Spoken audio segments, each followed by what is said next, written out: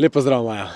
V srcu parka Tivoli, sredi Ljubljane. Živijo. Koliko porok letno organizirate pri vas? Ja, naša želja je čim več, ne?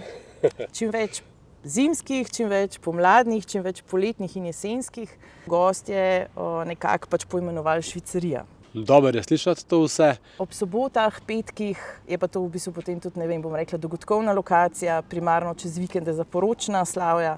Predvsem je pa lepo slišati ptičke in ves mir, v bistvu, ki ga dobiš, ne glede na to, da si par minut sprehoda iz centra Ljubljane. Poskrbimo za to, da je tukaj prijetno, mirno, zasebno. Mi jo zelo radi poimenujemo kar raj v Tivoliju.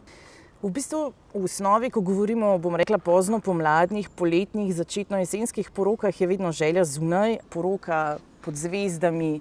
Je pa tisti najljubši del. Meni osebno, pa mislim, da tudi naši ekipi je pač zadovoljstvo gostov. Raj v Tivoliju.